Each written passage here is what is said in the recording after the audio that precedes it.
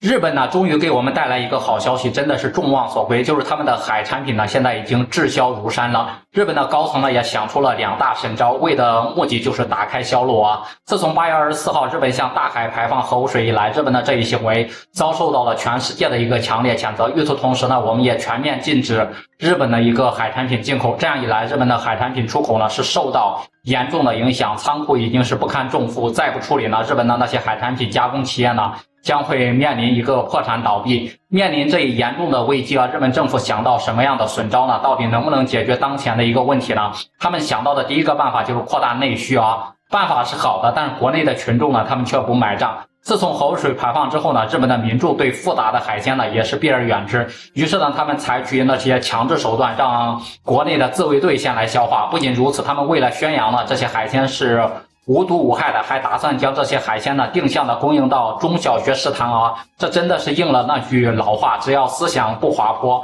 办法呢总比困难多。正当他们准备实施这一方案的时候呢，学生的家长和教务部门呢那是彻底闹掰了，闹翻了啊！结果这个扩大内需的计划就这么流产了。第二个办法呢，那就是出口，把这些滞销的海产品呢卖到国外去。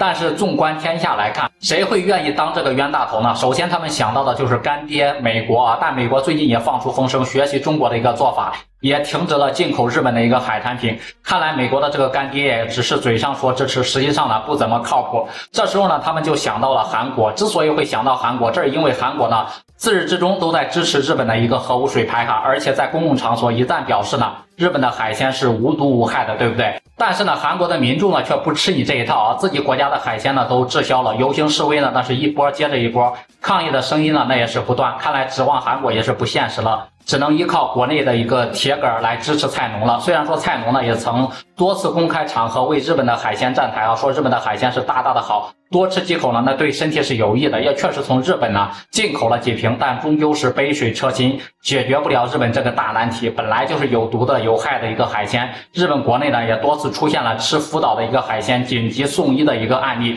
现如今呢，你日本还打算把这些害人的东西卖给谁呢？依我看呢，你就是白送人也没有人敢要啊！真的是善恶终有报，作奸自负，不是不报，时候未到。其实呢，把这些海鲜拿出来害人呢，还不如自己留着呢，慢慢的去消化吧。我们也祝福这个岛国啊，小日子呢能够自求多福。好了，今天的视频我们就分享到这里，我们下期视频再见。